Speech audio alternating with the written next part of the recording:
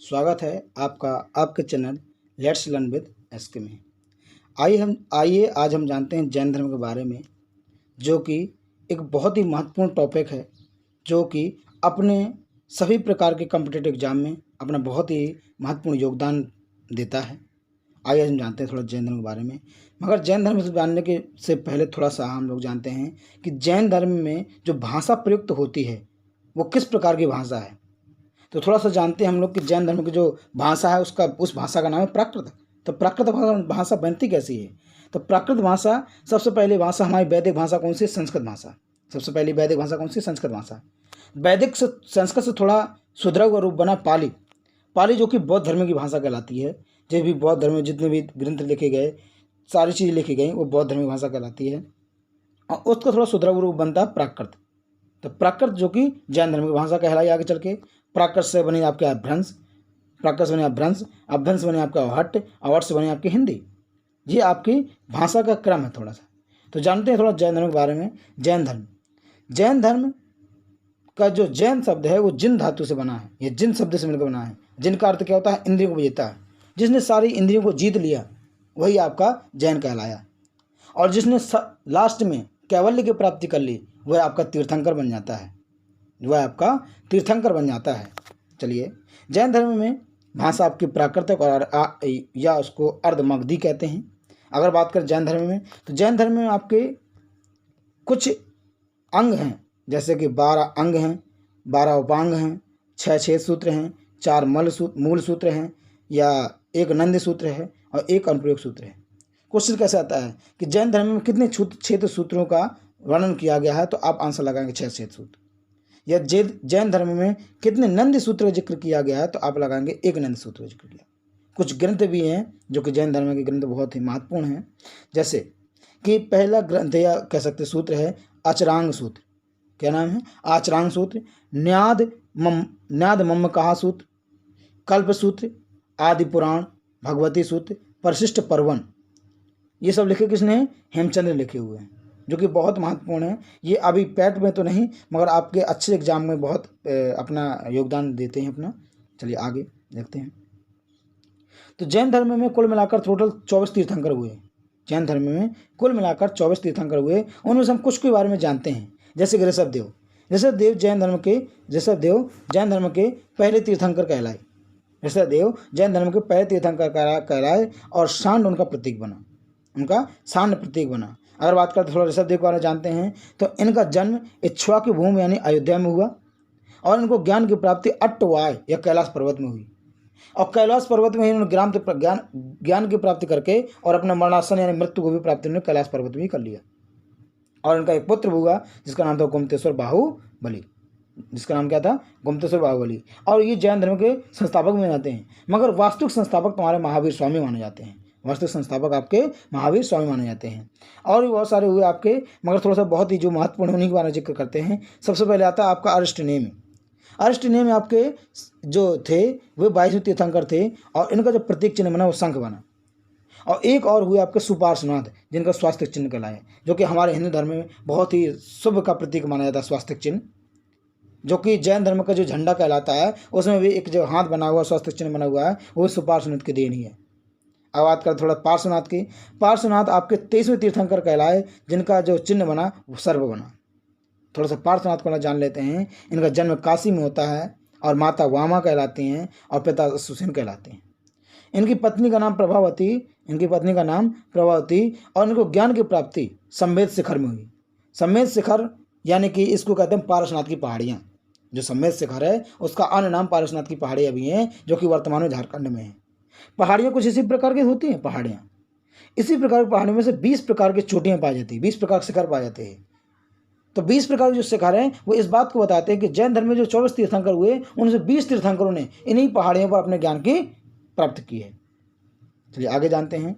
महावीर स्वामी जो कि आपके 24वें तीर्थंकर कहलाए और इनको वास्तविक तीर्थंकर माना जाता है और इनका जो प्रतीक चिन्ह था वो सिंह था। महावीर स्वामी का थोड़ा सा हम आगे जानेंगे, मगर इससे पहले हम जानते हैं कि जैन धर्म में 5 अणुव्रत के बारे में बताया गया है। जैन धर्म में 5 अणुव्रत का जिक्र किया कि सबसे पहला अणुव्रत का सत्य बोलना। हम सदा सत्य बोलें। व्यक्ति छोटी छोटी बातों में असत्य बोल देता है, छोटी छोटी बातों में झूठ बोल देता है, कि जैसे किसी ने फ़ोन किया कि भाई कहाँ पर है, भले ही वो घर से नहीं निकला, वो कहता भाई मैं रास्ते पे हूँ, ये जो कि गलत है। जैन धर्म में इन्हीं बातों को जिक्र किया गया कि सबसे सदा सत्य बोलना, हमें कभी झूठ नहीं बोलना है। खासकर तभी कभी भी झूठ मत बोलो जब बहुत ही लगे कि ये जान किसी की जा सकती, तो ही चाहे झूठ बोलो, वरना झूठ नहीं बोलना चाहिए व्यक्ति को। दूसरा, अहिंसा, किसी पर हिंसा ना करें, चाहे जीव हो चाहे मनुष्य, किसी पर कभी हिंसा नहीं करनी चाहिए। अहिंसा शब्द दिया गया। तीसरा, अस्तेय अर्थात चोरी न करना। कहते हैं कि चोरी करना पाप ये माना जाता है, और है भी ऐसा, चोरी करना पाप है। तो चोरी ना करना अस्तेय, ये 5 अनुव्रत में से तीसरा अनुव्रत है चोरी ना करना। कहते हैं कि कोई देखे चाहे देखे मगर ईश्वर जरूर देखता है, तो इसी बात की चोरी ना करना, ईश्वर सब कुछ देखता है। अपरिग्रह, धन ना संचय करना, अर्थात ज़्यादा धन ना संचय करना, जितनी आवश्यकता है उतना ही धन का इकट्ठा करना, इससे ज़्यादा धन का संचय ना करना, ये अपरिग्रह कहा गया। अगला आता है आपका ब्रह्मचर्य। ब्रह्मचर्य आपके महावीर स्वामी ने जोड़ा, ब्रह्मचर्य आपके महावीर स्वामी ने जोड़ा है। क्वेश्चन आता है कि जो 5 अनुव्रत में हैं, ये 4 अनुव्रत पहले से ही विद्यमान थे जैन धर्म में, मगर जो 5वां अनुव्रत जोड़ा है वो जोड़ा आपके ब्रह्मचर्य को, वो जोड़ा महावीर स्वामी ने जोड़ा है, जो कि बहुत ही महत्वपूर्ण है। अब त्रिरत्न में है सम्यक ज्ञान, सम्यक दर्शन, सम्यक आचरण। सम्यक दर्शन, सम्यक ज्ञान, सम्यक आचरण। तो ज्ञान किस प्रकार से प्राप्त करते हैं? जो 3 रत्न हैं उनमें से हम ज्ञान कितने प्रकार से प्राप्त कर सकते हैं? तो ज्ञान प्राप्त कर सकते हैं 5 प्रकार से। सबसे पहला आप मुक्ति, जो मुक्ति है, मुक्ति को कहते हैं इंद्रियों से प्राप्त ज्ञान। जैसे कि हम कोई क्रियाकलाप करके सीख करके जो ज्ञान प्राप्त कर उसे कहते हैं मुक्ति कहते हैं। दूसरा होता है श्रुति, सुनने से प्राप्त ज्ञान। दूसरा होता है श्रुति यानी सुनने से प्राप्त ज्ञान। कोई व्यक्ति जैसे कि आप मुझे थोड़ा सा सुनते हैं तो उसमें आपको कहीं ना कहीं थोड़ा बहुत प्राप्ति होती है ज्ञान की, तो कहते हैं सुनने से प्राप्त, श्रुति कहता है, इसे श्रुति कहते हैं। तीसरा होता है अवधि, अवधि मतलब होता है देखने से प्राप्त ज्ञान, अवधि मतलब देखने से प्राप्त ज्ञान। कभी कभी देखते हैं आप लोग, हम लोग कि कोई व्यक्ति होता है जो किसी व्यक्ति की कल्पना कर रहा होता है, मतलब किसी को बता रहा होता है कि देखो वो व्यक्ति ऐसा था जिसने देखते ही देखते सारा कुछ ज्ञान प्राप्त कर लिया, इसे कहते हैं अवधि। चौथा होता है मन पर्याय है, मन पर्याय जो कि कह सकते हैं अंतर्दृष्टि से कहते हैं कि किसी व्यक्ति के बारे में जानने, मतलब उसको देखते ही या उसको देखते ही जान जाए कि ये व्यक्ति हमसे पूछना क्या चाहता है, कहना क्या चाहता है, उसके मन की बात को जान लेना, दूसरे के मन मस्तिष्क को जान लेना ही मन पर्याय कहलाता है। 5वां था कैवल्य, इसे सर्वोच्च ज्ञान माना जाता है। कहते हैं कि जिसको कैवल्य की प्राप्ति हो जाती है वह तीर्थंकर बन जाता है। मैंने पहले ही बताया आपको, जिसको कैवल्य की प्राप्ति हो जाती है वह तीर्थंकर बन जाता है। तो इसी प्रकार के 24 तीर्थंकर हमारे जैन धर्म में कहलाए। कुछ सिद्धांत में है, जैसे स्यादवाद का सिद्धांत, कुछ 5 लगभग 3-4 सिद्धांत हैं। स्यादवाद का सिद्धांत ये ज्ञान मीमांसा में कहा गया, इसको ये ज्ञान मीमांसा पुस्तक में स्यादवाद सिद्धांत का जिक्र किया गया। अनेकवादवाद सिद्धांत कि ऐसे कई सारी अनेक बातें हैं, तत्व मीमांसा में इनकी बात बताई गई है। सप्तभंगनी सिद्धांत, सप्तभंगनी सिद्धांत थोड़ा बताते हैं कि सप्तभंगनी सिद्धांत है क्या। जैसे हमने कहा कि क्या इस दुनिया में ईश्वर है, तो लोग कहते हैं हाँ है, कुछ लोग कहते नहीं है, कुछ लोग कहते है भी नहीं भी, कुछ कहा नहीं जा सकता है। तो 3 सिद्धांत हुए आपके, है, नहीं है और कहा नहीं जा सकता। अब 3 से मिलकर 4 और सिद्धांत बन गए, सप्तभंगनी सिद्धांत कहलाया। कि 4 कैसे बने? कि है, नहीं है और नहीं है। जैसे हमने कोई काम ईश्वर को करने के लिए छोड़ दिया, जैसे कोई काम ऐसा होता है जो हम ईश्वर को बेकार नहीं कर पाते हैं, तो कहा जाता है कि हाँ ऐसा अगर हमारा काम होगा तो हम कहते हैं हाँ ईश्वर तो है, अगर नहीं हुआ हम कहते नहीं ईश्वर।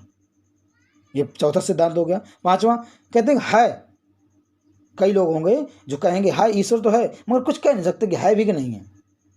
फिर 5वां सिद्धांत है आपका, 6वां नहीं है, कहा जा सकता है, कहते कि नहीं भी हो सकता मगर कहा नहीं जा सकता कि होगी कि नहीं होगा। और 7वां आपका है, नहीं है और कहा भी नहीं जा सकता। ये सप्तभंगनी सिद्धांत है। ये साथ ना समझ में आपको कोई दिक्कत नहीं, मगर इसको 1-2 बार सुनिएगा, आपको तो जरूर क्लियर हो जाएगा। चलिए, कुछ मंदिर हैं जो कि जैन धर्म से संबंधित हैं, जैसे कि ऋषभदेव का मंदिर, जैसे कि ऋषभदेव का मंदिर और अरिष्टनेम का मंदिर, ऋषभदेव का मंदिर और अरिष्टनेम का मंदिर जो कि खजुराहो एमपी में बनाए गए हैं और चंदेल वंश के शासकों ने बनाए थे, चंदेल वंश के शासकों ने बनाया था। गोमतेश्वर यानी बाहुबली की प्रतिमा, गोमतेश्वर यानी कि बाहुबली की प्रतिमा ये बनवाई थी आपके कर्नाटक, ये कर्नाटक में है, जो कि श्रवणबेलगोला कर्नाटक पड़ता है। दिलवाड़ा का जैन मंदिर माउंट आबू राजस्थान में है। अगर थोड़ा सा बात करें गोमतेश्वर में बाहुबली की जो प्रतिमा है बनवाया किसने था? निर्माण कराया था इसका चमुंड राय ने इसका क्या कराया था? निर्माण कराया था। इसकी ऊंचाई कितनी है? लगभग 18 मीटर की इसकी ऊंचाई है। कितनी? 18 मीटर की इसकी ऊंचाई है।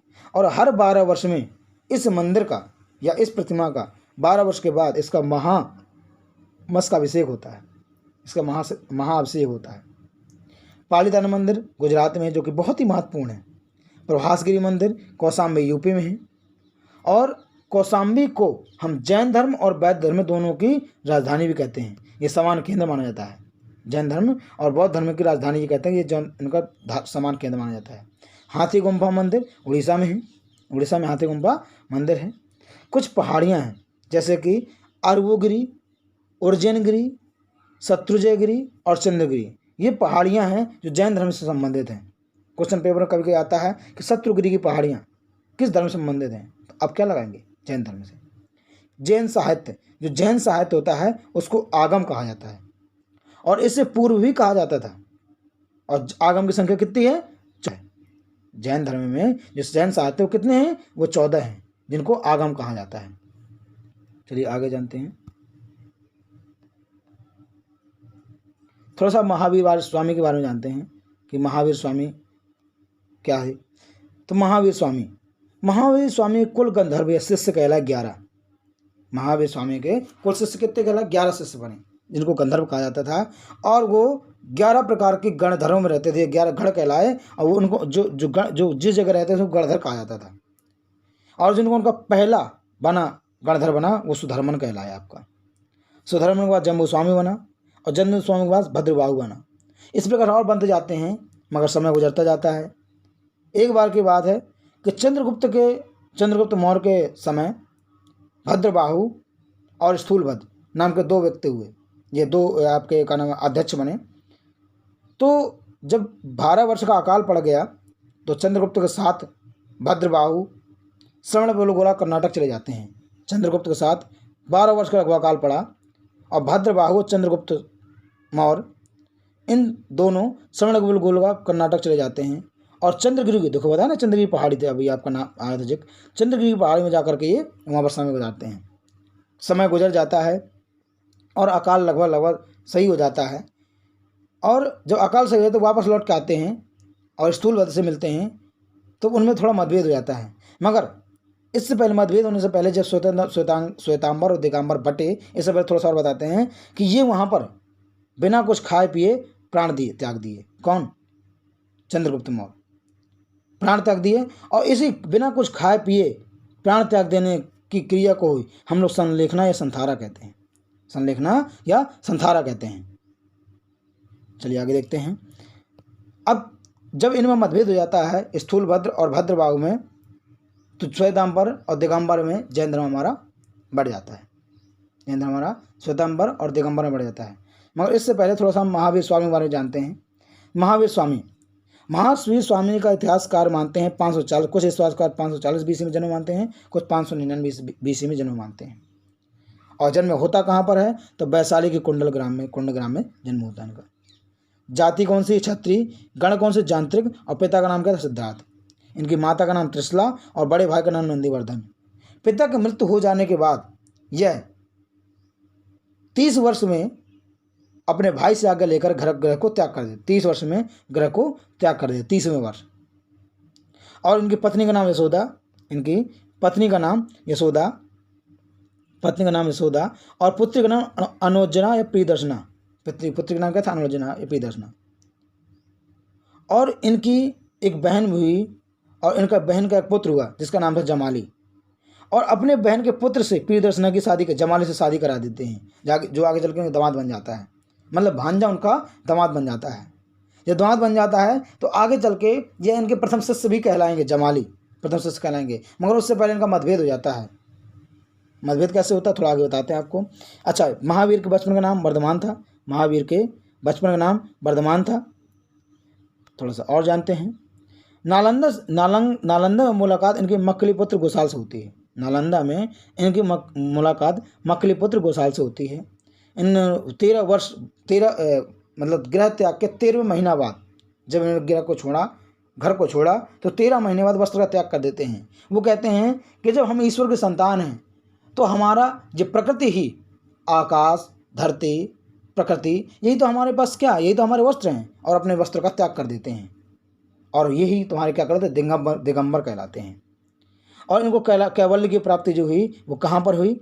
ये हुई आपकी स्थान आपका राजगृह था, ग्राम आपका जन्मभूमि था, नदी आपकी ऋजुपाल का नदी किनारे, और वृक्ष था अशोक के साल वृक्ष के नीचे का। ये बहुत महत्वपूर्ण है, वृक्ष अशोक का साल वृक्ष कहलाता है। कितने वर्ष में? लगभग 12 वर्ष की कठिन तपस्या के बाद इनको ज्ञान की प्राप्ति होती है, ज्ञान की प्राप्ति होती है। और इनका जब ज्ञान प्राप्ति हो जाती है तो इनका नाम कई नामों से जाना जाता है। केवलिन कहलाए, जिन कहलाए, अहर्त कहलाए, महावीर कहलाए, निगंडनाथ पुत्र कहलाए। ये इनके कई सारे नाम बन जाते हैं आगे चल ज्ञान प्राप्ति के बाद। और इन्होंने सबसे पहला उपदेश मेघ कुमार को दिया, क्योंकि राजगृह में पड़ता है। पहला शिष्य और पहला विरोधी बना जमाली। अच्छा, थोड़ा सा विरोध का जिक्र करते, विरोध हुआ कैसे? महावीर स्वामी कहते थे कि यदि किसी व्यक्ति ने किसी काम को करने के लिए सोच ही लिया तो मान उसका काम पूरा हो गया। मगर जमाली कहते ऐसा नहीं, ऐसा कैसे हो सकता है? यदि कोई व्यक्ति काम को अंजाम न दे, जब तक काम को खत्म न कर दे, तब तक काम पूरा नहीं होगा। इस मतभेद को धीरे धीरे करके सही किया गया और आगे चल के सबसे पहले शिष्य कहलाए जमाली। चलिए आगे देखते हैं। इनको कई सारे वैज्ञानिक इनके मृत्यु में मतभेद माना जाता है। कई सारे वैज्ञानिक इतिहासकार हुए जो उनको 468 BC से 527 BC इनका मृत्यु मानते हैं। अच्छा, मृत्यु हुई कहाँ? पावापुरी, जो कि बहुत महत्वपूर्ण है, इसको याद रखिएगा। 72 वर्ष की उम्र में एक्सपायर हो जाते हैं। और मल्लराज शस्तिपाल के महल में, ये शस्तिपाल के महल में, मल्लराज के शस्तिपाल के महल में मृत्यु प्राप्त कर जाते हैं। अब थोड़ा जानते हैं श्वेतांबर दिगंबर में जब बटा तो इसमें अंतर क्या निकला श्वेतांबर दिगंबर में? जो दिगंबर थे वो परिवर्तनवासी थे। वो कहते परिवर्तन करते रहो, एक जगह बस कर न बैठो, हर जगह घूमते रहो, फिरते रहो, अपने प्रचार प्रसार करते रहो धर्म का। और ये वायुमंडल को वस्त्र मानते थे और नग्न अवस्था में रहते थे। लेकिन जो श्वेतांबर थे ये श्वेत वस्त्र धारण किया करते थे। दूसरा पॉइंट है आपका महावीर अविवाहित थे। ऐसे जो हमारे दिगंबर हुआ करते थे ये ऐसा मानते थे कि महावीर अविवाहित थे, मगर ये लोग महावीर को विवाहित मानते हैं। आपके श्वेतांबर लोग आपको महावीर को विवाहित मानते हैं। अगर बात की जाए तो 19वें तीर्थंकर जो कि मल्लीनाथ हुए, 19वें तीर्थंकर जो कि मल्लीनाथ हुए, जो दिगंबर हुआ करते थे वो मल्लीनाथ को पुरुष मानते थे। ये पहला उनका मतभेद था जुड़बटे। और जो ये 19वें तीर्थंकर हुए मल्लीनाथ, ये उनको स्त्री महिला मानते थे। श्वेतांबर वाले महिला मानते थे। और जो दिगंबर के जो गुरु हुए वो कहलाए भद्रबाहु। जो बताया गया ना अभी कि चंद्रगुप्त मौर्य के साथ जाते हैं और बढ़ जाता है श्वेतांबर दिगंबर में, तो दिगंबर के जनक कौन कहलाए? भद्रबाहु। और श्वेतांबर कौन कहलाए? स्थूलभद्र कहलाए।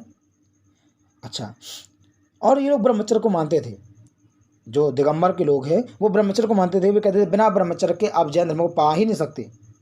और श्वेतांबर के लोग मानते थे कि स्त्री महिला ही मोक्ष प्राप्ति का साधन है, कि महिलाओं को सम्मान करो, महिलाओं का ध्यान दो, तभी आपको मोक्ष मिल सकता है। चलिए कुछ बौद्ध जैन संगीतियाँ हुई हैं। 2 जैन संगीतें बहुत महत्वपूर्ण हैं। जैसे पहले 298 BC में, स्थान कहाँ पर? पाटलिपुत्र में। राजा कौन था उस समय? चंद्रगुप्त मौर्य था। अच्छा, अध्यक्ष कौन बना? स्थूलभद्र बना। स्थूलभद्र किसका था? अभी स्थूलभद्र श्वेतांबर का था, याद रखिएगा इसको। अध्यक्ष कौन बना? स्थूलभद्र बना। और श्वेतांबर दिगंबर इसी के शासनकाल में श्वेतांबर दिगंबर में बढ़ गया। देखो बताया था ना, चंद्रगुप्त मौर्य के साथ जाते हैं भद्रबाहु और वहाँ से मतभेद हो जाता है। जब वो लौट के आते हैं श्वेतांबर दिगंबर में बढ़ जाते हैं। चलिए दूसरी जैन संगीति देखिए। 512 AD एन्ना डोमनी, AD मतलब तो एन्ना डोमनी। स्थान का बल्लभी गुजरात में होती है। उस समय कोई राजा उपस्थित नहीं था उस समय। और उसका अध्यक्ष बनते देवर्धि गण या क्षमा श्रवण।